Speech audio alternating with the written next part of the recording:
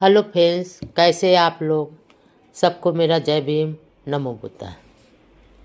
बुद्ध और उनका धम्म, भाग 17। विदाई के शब्द। परिवार से विदाई की बेला का मार्मिक क्षण। नंबर 1।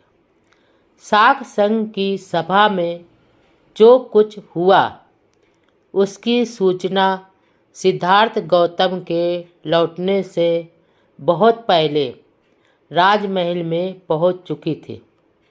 नंबर 2।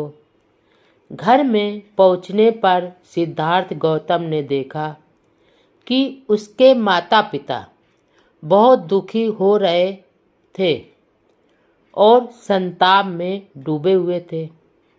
नंबर 3। शुद्धोधन ने कहा,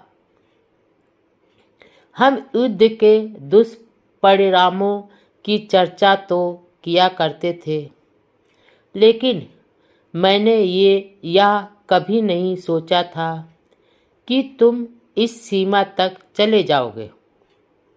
नंबर 4।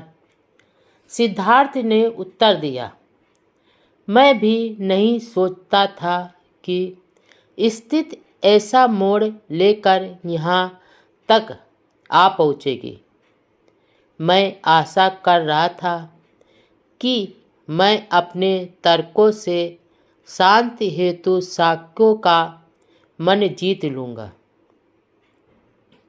नंबर 5। किंतु यह खेद की बात है कि सैनिक अधिकारियों ने लोगों को इतना उत्तेजित कर दिया था कि मेरी तर्कपूर्ण बातें भी उन पर कोई भी प्रभाव डालने में सफल नहीं हुई। नंबर 6। लेकिन मैं आशा करता हूँ कि आपने अनुभव किया होगा कि मैंने कैसे परिस्थिति को अधिक बिगड़ने से बचा लिया। मैं सत्य और न्याय के पक्ष से विचलित नहीं हुआ, सत्य और न्याय के लिए अडिग खड़ा रहा, चाहे उसके लिए कोई भी दंड रहा हो। मैंने उसके प्रहार को अपने ऊपर ले लिया। नंबर 7। लेकिन शुद्धोधन इससे संतुष्ट नहीं थे। वह बोले, तुमने यह नहीं सोचा कि इससे हमारे ऊपर क्या बीतेगी। सिद्धार्थ ने उत्तर दिया, लेकिन इसी कारण से मैंने प्रव्रज्ञा लेना स्वीकार किया। जरा सोचिए, यदि शाक्यों ने सारे खेत जब्त करने की आज्ञा दे दी होती तो इसका क्या दुष्परिणाम क्या होता। नंबर 8। लेकिन तुम्हारे बिना हमारे लिए खेतों का क्या लाभ है। शुद्धोधन दुख व चिंता से भरकर बोले, सारा परिवार ही शाक्य जनपद का परित्याग कर तुम्हारे साथ देश छोड़कर क्यों नहीं चल दे। नंबर 9। प्रजापति गौतमी भी रोते हुए शुद्धोधन के साथ साथ बोली, मैं भी इस बात से सहमत हूँ। तुम सबको इस प्रकार छोड़कर अकेले कैसे जा सकते हो। नंबर 10। सिद्धार्थ ने सांत्वना दी, माँ, क्या हमेशा तुमने एक क्षत्रिय की माता होने का दावा नहीं किया। क्या ऐसा नहीं है। अब तो तुम्हें वीर होना चाहिए। इस प्रकार दुखी होना तुम्हें शोभा नहीं देता है। यदि मैं युद्धभूमि में गया होता और वहाँ मारा जाता तो तुम क्या करते। क्या तब भी तुम इसी प्रकार दुखी होते। नंबर 11।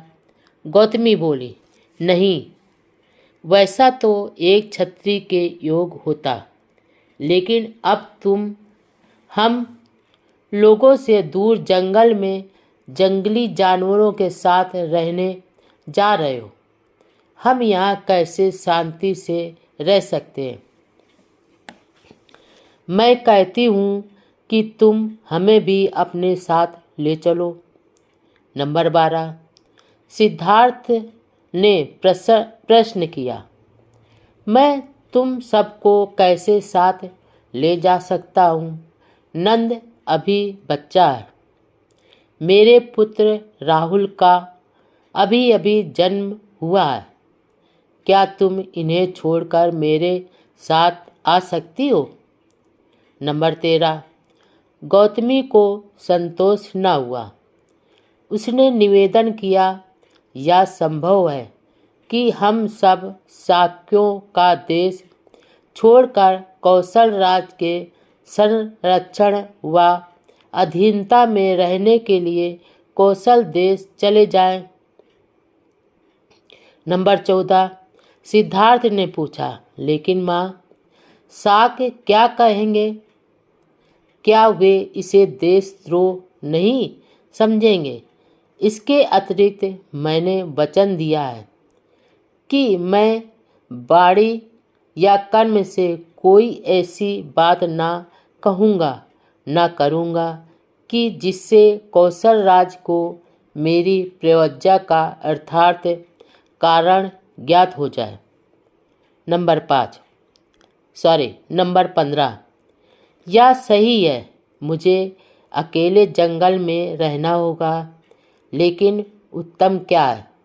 कोलियों के विरुद्ध लड़ाई में हिस्सा लेकर वध का भागीदार बनना अथवा जंगल में रहना, इन दोनों में से अधिक श्रेयकर क्या है?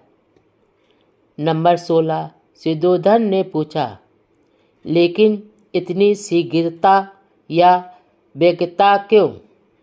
शाक संघ ने अभी कुछ समय के लिए लड़ाई को स्थगित कर दिया। नंबर 17। हो सकता है कि युद्ध कभी छिड़े ही नहीं। तुम अपनी प्रवज्जा भी क्यों नहीं स्थगित कर देते हो? हो सकता है कि तुम्हारे यहाँ बने रहने के लिए शाक संघ से तुम्हें अनुमति प्राप्त करना संभव हो जाए। नंबर 18। सिद्धार्थ को यह विचार सर्वथा नापसंद था, इसलिए उसने कहा, क्यों? मैंने प्रवज्जित हो जाने का वचन दिया, इसलिए शाक संघ ने अभी कोलियों के विरुद्ध युद्ध छेड़ने का निर्णय स्थगित कर दिया। नंबर 19। यह भी संभव है कि मेरे प्रवज्जा ग्रहण कर लेने पर शाक संघ अपनी युद्ध की घोषणा को वापस लेने के लिए राजी किया जा सके, किंतु यह सब कुछ मेरे पहले प्रवज्जा ले लेने पर ही निर्भर करता है। नंबर 20। मैंने वचन दिया है और मुझे उसे अवश्य पूरा करना चाहिए। वचन के उल्लंघन का परिणाम हमारे लिए और शांति दोनों के लिए बहुत गंभीर हो सकता है। नंबर 21। माँ, अब मेरे मार्ग में बाधक न बनो। मुझे अपनी अनुमति और अपना आशीर्वाद दे दो। जो कुछ हो रहा है वह अच्छे के लिए हो रहा है। नंबर 22।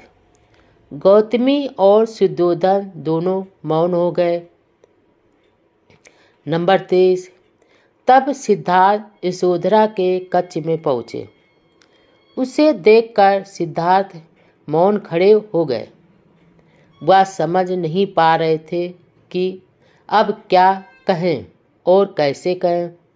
यशोधरा ने भी मौन तोड़ते हुए कहा, कपिलवस्तु में शाक संघ की सभा में जो कुछ भी हुआ वह सब मैं सुन चुकी हूँ। नंबर 24। सिद्धार्थ ने पूछा, यशोधरा, मुझे बताओ कि मेरे प्रवज्जित होने के लिए के बारे में तुम क्या सोचती हो? नंबर 25।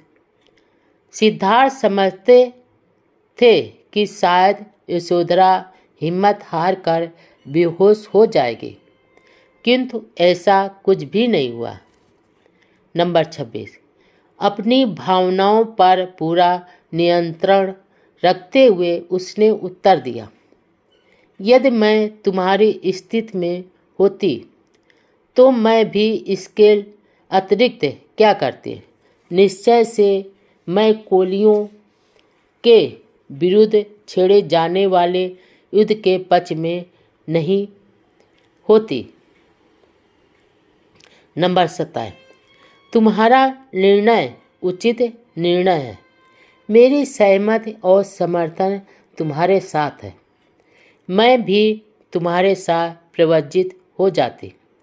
यदि मैं प्रवज्जित नहीं हो पा रही हूँ तो इसका एकमात्र कारण यही है कि अभी मुझे पुत्र राहुल का पालन पोषण करना है। नंबर 28।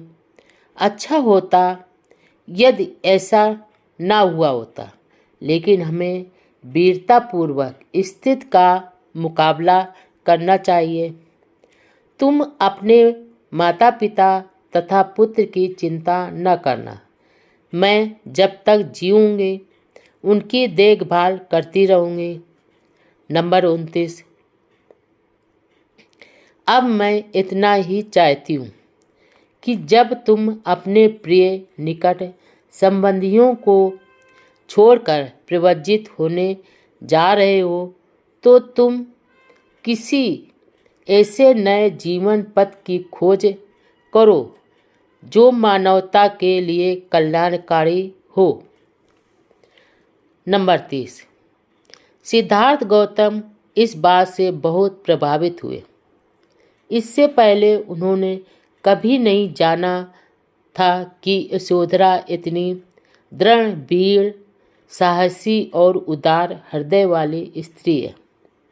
वह कितना गौरवशाली है कि उसे यशोधरा जैसी पत्नी मिली और समय ने दोनों को पृथक पृथक कर दिया। सिद्धार्थ ने उसे राहुल को लाने को कहा। उन्होंने राहुल पर एक पिता की वात्सल्यपूर्ण दृष्टि डाली। इसके बाद वे वहाँ से चले गए।